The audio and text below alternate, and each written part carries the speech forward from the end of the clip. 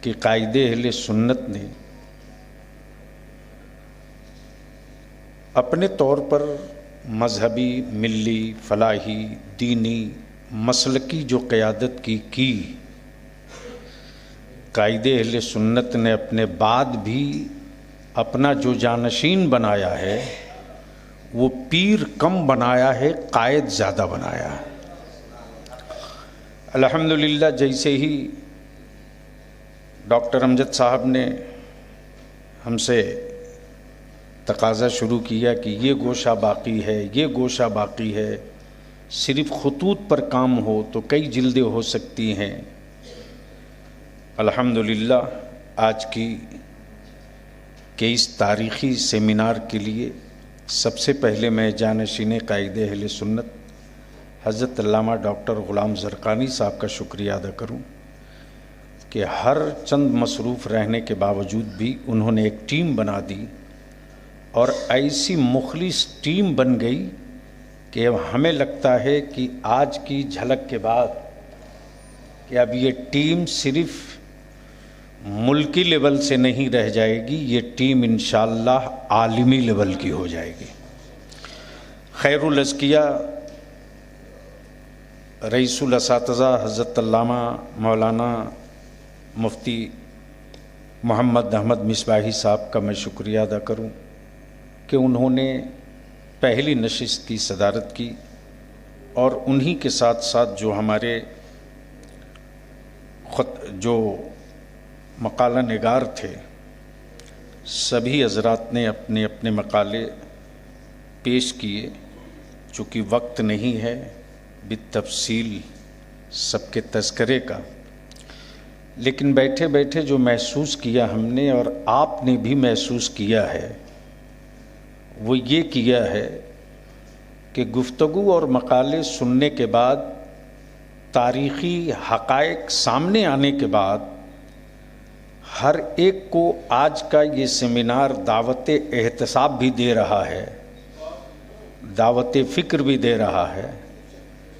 اور دعوت میدان عمل بھی دے رہا ہے۔ السلام علیکم ورحمۃ اللہ وبرکاتہ۔ درود شریف پڑھ لیں۔ اللہم صلی علی سیدنا مولانا محمد بارک وسلم، صلو علیہ صلاۃ و سلام علیک یا رسول اللہ۔ سب سے پہلے میں شکریہ ادا کروں جانشین حضور قائد اہل سنت کا کہ انہوں نے آج کے اس سیمینار کے ذریعے دانشوران کی قیمتی تحقیق اور ان کے آراء اور تاریخی دستاویزات کے ذریعے ہم سبوں کو پر یہ واضح اور ظاہر کرا دیا کہ رئیس القلم کل بھی قائد اہل سنت تھے، آج بھی قائد اہل سنت ہیں۔ اب اس پر تھوڑی سی گفتگو کی جائے تو بات بنے گی نہیں۔ ادارہ شریعہ میں جب ہمارے اساتذہ ہوتے تھے اور قاضی شریعت حضرت علامہ ڈاکٹر امجد رضا صاحب ہوتے تھے تو اکثر اس پر تذکرہ ہوتے رہتا تھا اور ڈاکٹر صاحب بھی ہم سے تقاضے کرتے رہتے تھے کہ یہ بھی کام ہونا چاہیے، یہ بھی کام ہونا چاہیے۔ لیکن ایک بات تو طے ہے کہ قائد اہل سنت نے اپنے طور پر مذہبی، ملی، فلاحی، دینی، مسلکی جو قیادت کی قائد اہل سنت نے اپنے بعد بھی اپنا جو جانشین بنایا ہے وہ پیر کم بنایا ہے، قائد زیادہ بنایا ہے۔ الحمدللہ جیسے ہی ڈاکٹر امجد صاحب نے ہم سے تقاضا شروع کیا کہ یہ گوشہ باقی ہے، یہ گوشہ باقی ہے، صرف خطوط پر کام ہو تو کئی جلدیں ہو سکتی ہیں۔ الحمدللہ آج کی کہ اس تاریخی سیمینار کے لیے سب سے پہلے میں جانشین قائد اہل سنت حضرت علامہ ڈاکٹر غلام زرقانی صاحب کا شکریہ ادا کروں کہ ہر چند مصروف رہنے کے باوجود بھی انہوں نے ایک ٹیم بنا دی اور ایسی مخلص ٹیم بن گئی کہ اب ہمیں لگتا ہے کہ آج کی جھلک کے بعد کہ اب یہ ٹیم صرف ملکی لیول سے نہیں رہ جائے گی، یہ ٹیم انشاءاللہ عالمی لیول کی ہو جائے گی۔ خیر الازکیہ رئیس الاساتذہ حضرت علامہ مولانا مفتی محمد احمد مصباحی صاحب کا میں شکریہ ادا کروں کہ انہوں نے پہلی نشست کی صدارت کی، اور انہی کے ساتھ ساتھ جو ہمارے جو مقالہ نگار تھے سبھی حضرات نے اپنے اپنے مقالے پیش کیے۔ چونکہ وقت نہیں ہے بالتفصیل سب کے تذکرے کا، لیکن بیٹھے بیٹھے جو محسوس کیا ہم نے اور آپ نے بھی محسوس کیا ہے وہ یہ کیا ہے کہ گفتگو اور مقالے سننے کے بعد، تاریخی حقائق سامنے آنے کے بعد، ہر ایک کو آج کا یہ سیمینار دعوت احتساب بھی دے رہا ہے، دعوت فکر بھی دے رہا ہے، اور دعوت میدان عمل بھی دے رہا ہے کہ ایک رئیس القلم، ہاں یہ ٹھیک ہے علامہ عبد المبین نعمانی صاحب جو فرما رہے تھے، کسی زمانے میں نے کہہ دیا تھا کہ رئیس القلم کے خدمات کے مقابلے میں میری جماعت نے شکریہ ادا نہیں کیا، تو اس پر بہت ہائے توبہ مچی تھی، لیکن میں کہاں کسی کی فکر کروں۔ ہاں یہ سچ ہے کہ راتوں کی سسکیاں مکہ مسجد کے لیے ہم نے دیکھی ہے صاحب۔ گجرات میں نسل کش فساد ہو تو علالت میں سلگتے ہوئے بستر سے اٹھ کر بیٹھتے ہوئے دیکھا ہے صاحب۔ بھاگلپور میں لاشوں کا سیلاب ہو اور جلتی ہوئی آگ میں خود کو بغیر کسی کی پرواہ کیے بغیر اتر جانا اور یہ حکم دیتے ہوئے کہ میں آگے بڑھ رہا ہوں تو پیچھے سے آ، تب میرا اپنا تجزیہ یہ ہے کہ جسم بہت ملتا ہے، رئیس القلم کا دل نہیں ملتا۔ اس لیے آئے ہوئے تمام معزز مہمانوں کا، شرکاء کا، اور بالخصوص حکومت جھارکھنڈ کے ہمارے ہم منصب مائنورٹیز کمیشن کے چیئرمین عزت مآب جناب ہدایت اللہ خان صاحب کا، سارے لوگوں کا میں اس مہم کے خادم کی حیثیت سے شکریہ ادا کرتا ہوں۔ آپ حضرات کی ضیافت میں،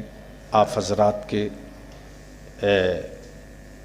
سہولت میں یقیناً کمی ہوئی ہوگی، اس کے لیے اس معذرت کے ساتھ کہ آج کے سیمینار کا مقصد صرف یہ ہے کہ علامہ ڈاکٹر غلام زرقانی صاحب کا یہ مشن کہ یہ صرف سیمینار نہیں بلکہ ایک آغاز ہے، اور آنے والے دنوں میں انشاءاللہ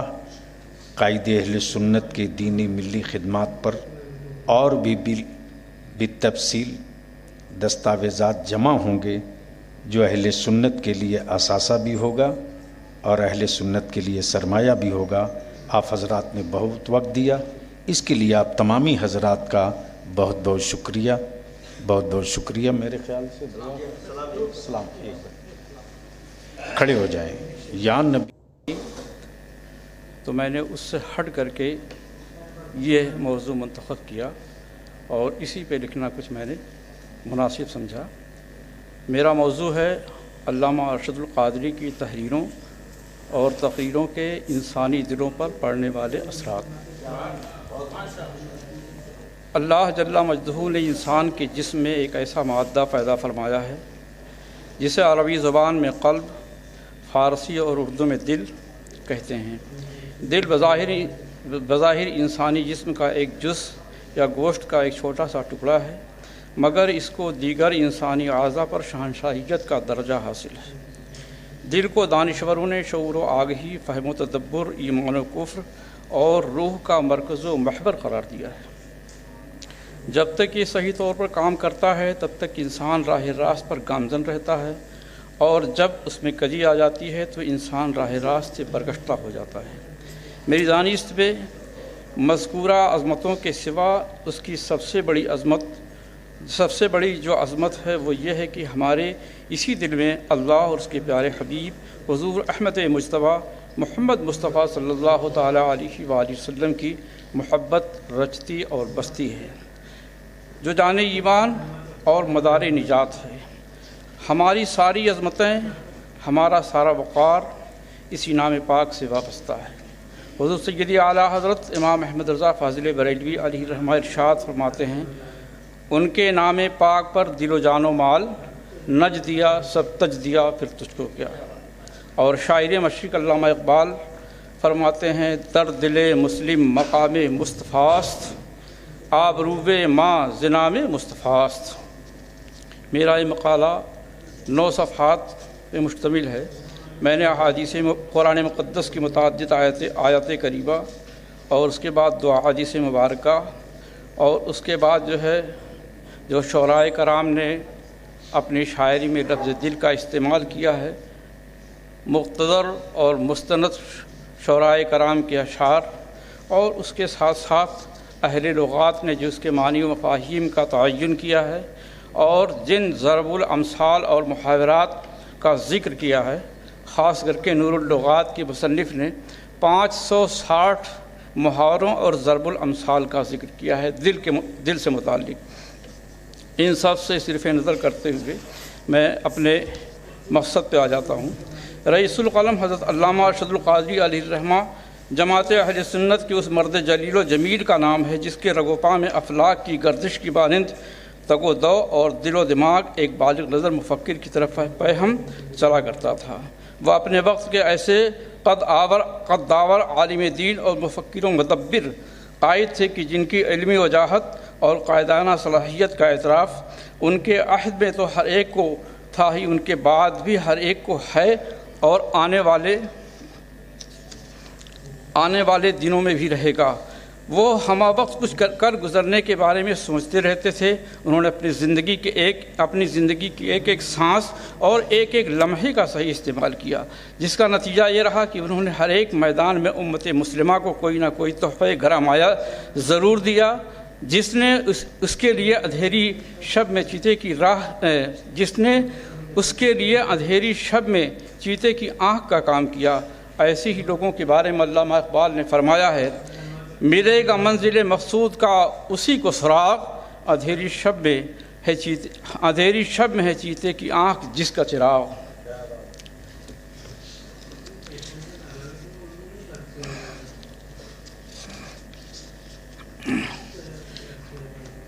علامہ کے ایک اقتباس کو میں آپ کے سامنے پیش کرنا چاہتا ہوں، چونکہ جو میرا موضوع ہے اس سے متعلق ہے۔ علامہ ایک جگہ تحریر فرماتے ہیں کہ آج کی ازدواجی زندگی میں جتنے بھی حادثے آ رہے ہیں وہ صرف نتیجہ ہے اس بات کا کہ طرفین نے ان دونوں نقطوں کو نظر انداز کر دیا ہے۔ عورت صرف حق طلب کرتی ہے اور اپنے فرائض کی طرف سے آنکھیں بند رکھتی ہے۔ شوہر ایک مطلق العنان حکمراں کی طرح سے عورت سے صرف اطاعت و خدمت چاہتا ہے، اور وہ اس کے حقوق جنہیں عمل میں لانے کی ساری ذمہ داری تنہا شوہر کی ذات سے وابستہ ہے، شوہر دیدہ و دانستہ حقوق کی ادائیگی سے پہلو تہی کرتا ہے۔ عورت کے حقوق میں صرف یہی نہیں شامل ہے کہ بیوی کو کھانا، کپڑا اور رہنے کا مکان فراہم کیا جائے، بلکہ حقوق کے ذیل میں یہ باتیں بھی آتی ہیں کہ عورت کے جذبات کو مجروح نہ کیا جائے، اس کے احساسات کو ٹھیس نہ پہنچائی جائے، اس کے خلوت کدے کو ناجائز حریفوں سے ملوث نہ کیا جائے۔ ازدواجی زندگی میں قدم قدم پر اس نقطے کو سامنے رکھا جائے کہ جس طرح شوہر کی غیرت برداشت نہیں کر سکتی ہے کہ اس کی منکوحہ کسی غیر مرد کے ساتھ ایسا تعلق جو صرف شوہر کا حق ہے اسی کے لیے محفوظ ہے، اسی طرح عورت کی حمیت وفا اس اخلاقی شرک کو ہرگز برداشت نہیں کر سکتی ہے کہ جو حق صرف ایک منکوحہ کا ہے وہ کسی اجنبی عورت کو دیا جائے یا ناجائز طور پہ اس حق میں اسے شریک کیا جائے جو صرف ایک بیوی کے لیے مخصوص ہے۔ قرآن نے جس معجزانہ طرز بیان کے ساتھ ازدواجی زندگی کے ان سارے مفاسد کا دروازہ بند کیا ہے، اس پر غور کرتے رہیے، نئی گرہیں کھولتے رہیے اور سر دھنتے جائیے۔ آج مسلم پرسنل لا میں اغیار کو مداخلت کا موقع صرف مسلمانوں کی اپنی عملی کوتاہیوں اور ازدواجی ناانصافیوں کی وجہ سے ملا ہے، ورنہ قرآن کی اس آیت کریمہ کے بیان کردہ حدود کی اگر مرد و زن اپنی ازدواجی زندگی میں پابندی کرتے تو نہ ٹوٹ پھوٹ کا کوئی مکروہ واقعہ رونما ہوتا اور نہ قرآن کی حکمت و مصلحت بینے میں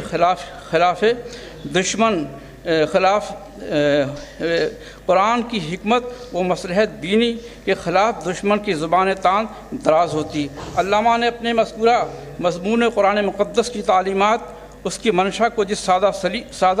سلیس اور دل نشی پیرائے میں بیان کیا ہے وہ ہر ایک کے دل کو چھونے والا ہے۔ نیز مسلم معاشرے میں ازدواجی زندگی میں پیدا ہونے والی برائیوں کا تدارک بھی جس خوبصورتی سے پیش کیا ہے اس کی جتنی بھی پذیرائی کی جائے کم ہے۔ مقالے کے موضوع کی مناسبت سے میں نے ان کی تقریروں کا بھی حوالہ پیش کیا ہے اور اس کے بعد پھر میں اس کو چھوڑتے ہوئے آخر میں صرف خلاصہ پیش کر دینا چاہتا ہوں۔ حضرت رئیس القلم علیہ الرحمہ کے احوال و آثار کے مطالعے سے میں اس نتیجے پر پہنچا ہوں کہ ان کی فراست ایمانی کی گرفت انسانی زندگی کے سارے پہلوؤں پر بہت مضبوط تھی۔ انہوں نے اپنے گرد و پیش کا ماحول بہت ہی زیرکی سے مطالعہ کیا اور عصری تقاضے کے پیش نظر تنظیمی، تحریکی، تقریری اور تحریری خدمات انجام دیں۔ تحریر و تقریر کی دنیا میں ان کی سرترازی یا سحر بیانی ایک عرصہ دراز کے بعد بھی بعینہ قائم و دائم ہے۔ جن لوگوں نے ان کی تصنیفات و تعریفات کا مطالعہ کیا ہے، ان کی تقریریں یا مناظرے سنے ہیں، ان کے دلوں میں اس کے اثرات روز اول کی مانند تابندہ اور درشندہ تو ہیں ہی، اسی کے ساتھ ہی ان کے دلوں میں ان کی جو عظمت رچی بسی ہے وہ بھی کم نہیں ہے بلکہ اس سے بالا تر ہے۔ ان کے ان اوصاف جمیلہ و جلیلہ کے لیے فخر و مباحات کے طور پر اگر میں یہ کہوں کہ علامہ انسانی دلوں کو مسخر کرنے ان کو اپنی گرفت میں لینے کا ہنر جانتے تھے اور وہ اس فن میں اپنے عہد میں اقتدار روزگار تھے تو بیجا نہ ہوگا۔ ان کی اس خوبی پر میر تقی میر کا درج ذیل شعر مکمل طور سے صادق آتا ہے۔ ہم ہوئے، تم ہوئے کہ میر ہوئے، اس کی زلفوں کے سب اسیر ہوئے۔ السلام علیکم۔ جزاک اللہ۔ اب ہمارے درمیان تشریف لا رہے ہیں مفتی انور نظامی صاحب، نائب قاضی ادارہ شریعہ جھارکھنڈ، جو 5 منٹ میں اپنی گفتگو پیش فرمائیں گے۔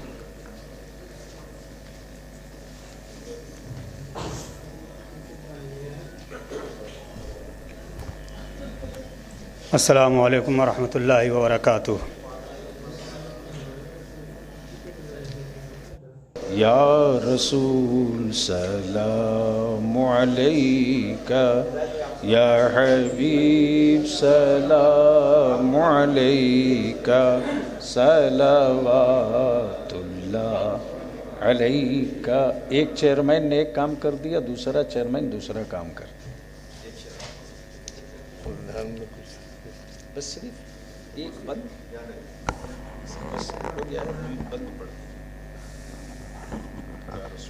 یا رسول اللہ، یا حبیبی، یا رسول اللہ، دور سے آئے ہوئے ہیں، رنج و غم کھائے ہوئے ہیں، تم پہ اترائے ہوئے ہیں، ہاتھ پھیلائے ہوئے ہیں، یا نبی سلام علیکہ، یا رسول سلام علیکہ یا حبیب سلام علیکہ صلوات اللہ علیکہ الصلاۃ والسلام علیکہ یا رسول اللہ الصلاۃ والسلام علیکہ یا نور من نور اللہ الصلاۃ والسلام علیکہ یا حبیب اللہ الصلاۃ والسلام علیکہ یا محمد رسول اللہ صلی اللہ علیہ وسلم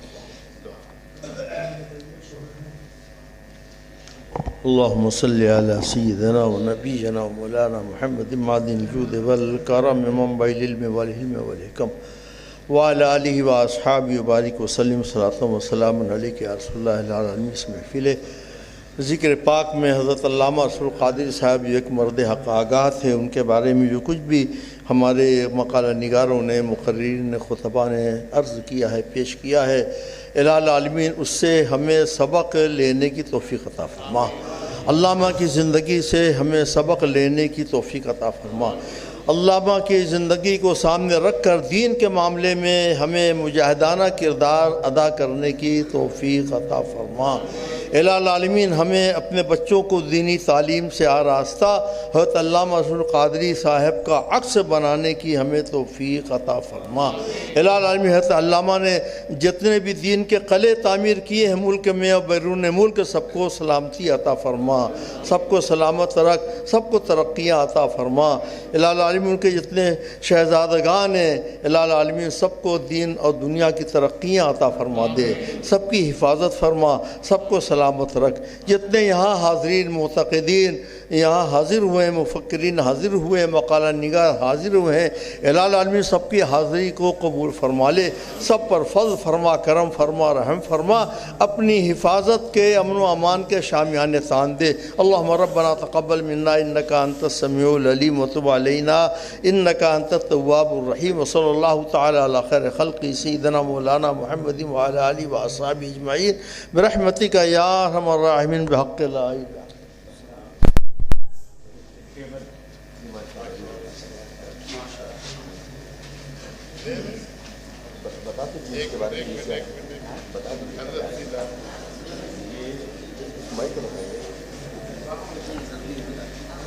امسال عرس قائد اہل سنت کو یوم تحریک کے طور پہ منایا جا رہا ہے۔